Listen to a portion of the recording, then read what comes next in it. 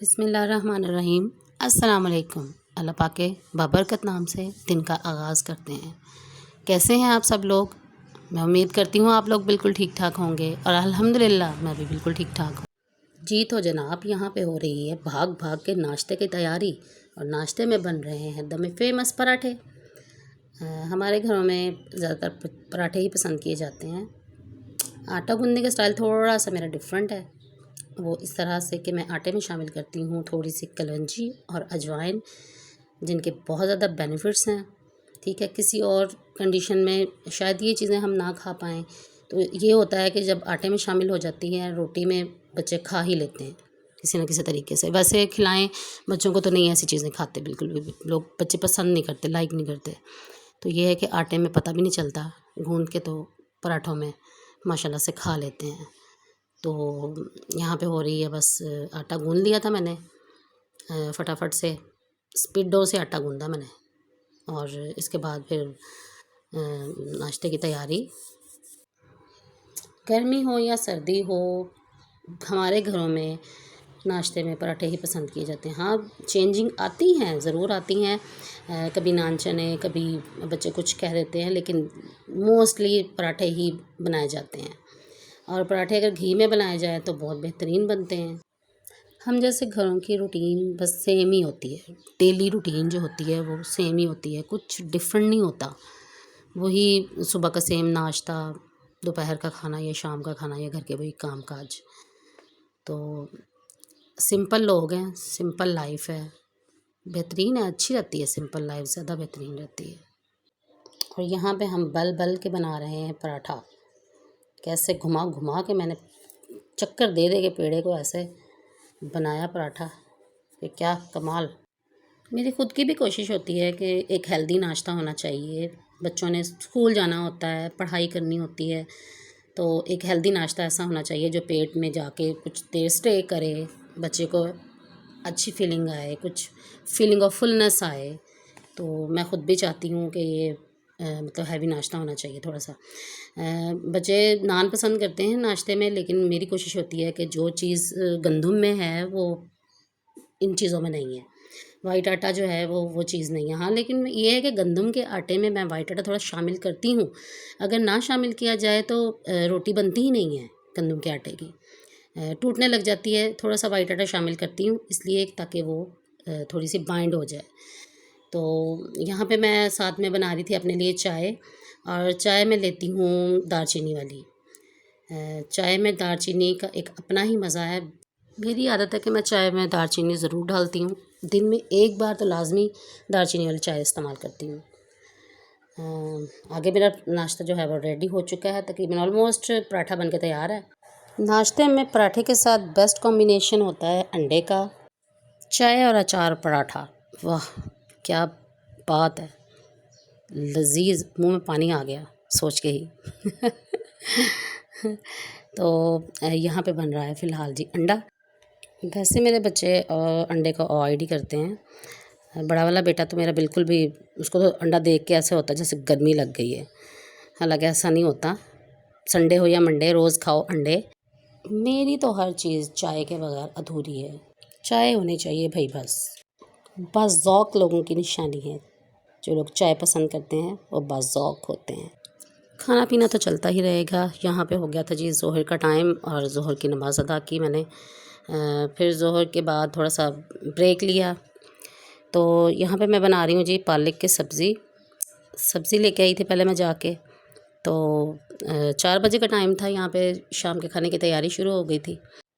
आज क्या पकाएं, आज क्या पकाया जाए, ये एक बहुत मुश्किल क्वेश्चन होता है जो डेली रूटीन का होता है। मुझे ये किसी जॉब से काम नहीं लगता, किसी टफ़ जॉब से काम नहीं लगता। एक टास्क होता है आपके लिए कि आपने ये सोचना है, आपने ये डिसाइड करना है कि ऐसी चीज़ हो जो सब लोग शौक़ से खा भी लें। तो बस जी मैंने फिर ये सोचा कि आज पालक की सब्ज़ी बना लेते हैं। पालक को मैंने काटा, कटिंग की उसकी सारी, तो बर्तन धोने की बारी आ गई। हमारे थोड़ा सा पानी का इशू चलता है यहाँ पे, एरिया में पानी का इशू है इस तरह से कि टाइमिंग से पानी आना होता है। 4 बजे पानी आता है तो हम लोग मोटर चला लेते हैं और उसके बाद हमारे काम स्टार्ट हो जाते हैं। ये बर्तन पड़े हुए थे नाश्ते के, तो ज़ाहिर सी बात है सुबह पानी ख़त्म हो जाता है, तो नाश्ते के बर्तन फिर 4 बजे ही टाइम होता है धोने के लिए। सुबह जो जो काम हो जाएं वो हो जाएं, उसके बाद जो काम पेंडिंग रह जाएं वो रह जाते हैं पानी वाले। सुबह के टाइम मॉर्निंग में हम जो जो काम कर सकते हो कर लेते हैं, जो पॉसिबल हो सके, जितनी देर तक पानी हो। उसके बाद फिर ये होता है जो रह गया सो रह गया, वो फिर शाम 4 बजे के बाद ही होता है। तो फिर यही कोशिश होती है, वॉशिंग वगैरह भी शाम 4 बजे के बाद ही की जाती है, खुला पानी आता है जब। वैसे तो हम लोगों ने पानी जो है वो स्टोर किया होता है, वॉशरूम में भी अलग से स्टोर होता है, किचन में भी होता है, ताकि एमरजेंसी में इस्तेमाल करने में आसानी रहे। ये नहीं होता कि बिल्कुल भी पानी नहीं हो। स्टोर किया होता है हमने, किचन का अलग से किया होता है, वॉशरूम का अलग से किया होता है। जो इमरजेंसी वाले काम है वो उससे हो जाते हैं। लेकिन सही मायने में मज़ा काम का तभी आता है जब पानी खुला हो, खुला टैप से पानी आता हो, उसी से काम करने का ज़्यादा मज़ा है। हाँ, ये है कि पानी को बहुत संभल के हम एहतियात से इस्तेमाल करते हैं। जैसे हमारे घर में पानी की किल्लत बहुत ज़्यादा रहती है ना, पानी को हम वैसे ही बहुत संभल कर इस्तेमाल करते हैं, वेस्ट होने नहीं देते। आप देख ही रहे होंगे कि बर्तन धोते हुए भी मैंने बहुत स्लो जो है टैप को मैंने खोला हुआ है। कम से कम पानी इस्तेमाल करने की आदत सी हो चुकी है जैसे हमें। तो यहाँ पे मैं पालक को धोऊँगी अच्छी तरह से। यहाँ पे मैंने पालक को 2 दफ़ा धोया था, लेकिन रिकॉर्डिंग में जो है ना वो 1 दफ़ा दिखा पाई हूँ मैं। 2 दफ़ा नहीं दिखा पाई, लेकिन 2 पानी वॉश किया था मैंने। वैसे तो पालक देखने में बहुत ज़्यादा साफ़ सुथरी थी, कोई इसमें ऐसे कोई मिट्टी वगैरह कुछ इस तरह से नहीं था, लेकिन मैंने इसको 2 दफ़ा वॉश किया फिर भी। तो पालक में डालेंगे साथ हम आलू पालक का सालन, बहुत अच्छा, बहुत मज़े का, बहुत टेस्टी बनता है। वैसे तो हमारे घर में पालक गोश्त बहुत शौक़ से खाया जाता है, लेकिन आज गोश्त नहीं, आज इसमें आलू ही शामिल किए जाएंगे। आलू जो है वो सब्जियों का बादशाह, हर चीज़ में फ़िट हो जाता है, जहाँ पे फ़िट करो फ़िट हो जाता है बस। और मैंने कोई अदरक लहसुन का पेस्ट वगैरह बना के नहीं रखा हुआ, तो मैं इसको डेली बेसिस पे ही डेली हर खाने के साथ जो है उसको रेडी कर लेती हूँ। लहसुन जो है वो मेरा होता है देसी लहसुन, बारीक वाला होता है, थोड़ा सा टाइम टेकिंग होता है, लेकिन ये है कि उसका एक अलग से टेस्ट और एक अलग सी खुशबू होती है, बहुत ज़्यादा, जो खाने में अच्छी लगती है। तो मुझे मोस्टली जो है ना वो पर्सनली तौर पे मुझे देसी लहसुन ही पसंद है। तो यहाँ पे हम आलू की कटिंग करेंगे। कटिंग करने के बाद फिर ये मेरे देसी कूंडी डंडा, हमारा देसी कूंडी डंडा पड़ा हुआ है, कूंडी डंडे में हम इसको लहसुन और अदरक को भी पीसेंगे। ग्राइंडर वगैरह में कोई नहीं पीसेंगे। होता है कभी जब ग्रेवी वाला सालन बनाती हूँ मैं, तो फिर होता है कि सारी चीज़ें जो है वो पेस्ट की तरह बननी चाहिए। पेस्ट की तरह तैयार करने के लिए फिर उसको मैं ग्राइंडर वगैरह में भी बना लेती हूँ, ब्लेंडर में। तो लेकिन ये है कि जो रोज़ाना की जो सब्ज़ी होती है, दाल होती है, उसमें मैं इसी तरह से कूंडी डंडे से ही पीसते डालती हूँ। आलू छीलने के बाद आलू की है कटिंग, और आलू मैंने बहुत बड़े साइज़ के नहीं रखे, नॉर्मल साइज़ के आलू की कटिंग की है, ना ज़्यादा छोटे हैं और ना ज़्यादा बड़े हैं। तो इस तरह के भी नहीं है कि गले ना, और इस तरह के भी नहीं है कि बुरे लगें।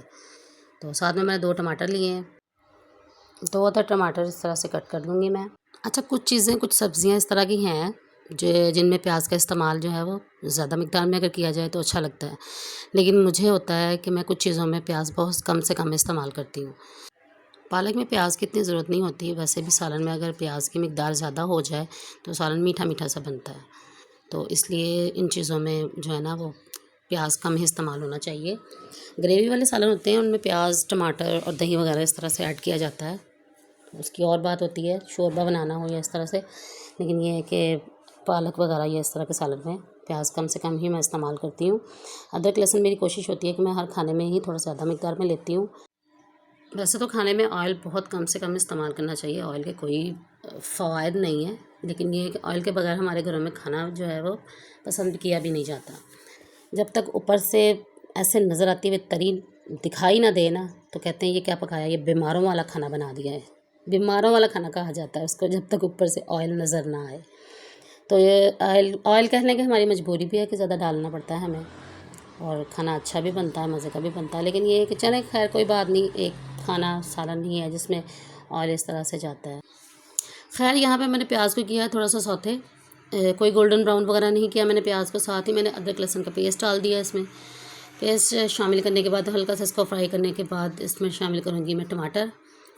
ठीक है, जल्दी जल्दी से मसाला बना लिया है, कोई ज़्यादा इसको भुनाई शुनाई नहीं इसकी की, बस 1 आध मिनट के लिए कहने के बस इसको मैं फ्राई करूँगी। तो साथ ही इसमें डाल देंगे, शामिल कर देंगे टमाटर। कटिंग करके जो रखे हुए थे टमाटर वो मैंने शामिल कर दिया और साथ में इसमें कोई ख़ास मसाला जात नहीं इस्तेमाल किए गए।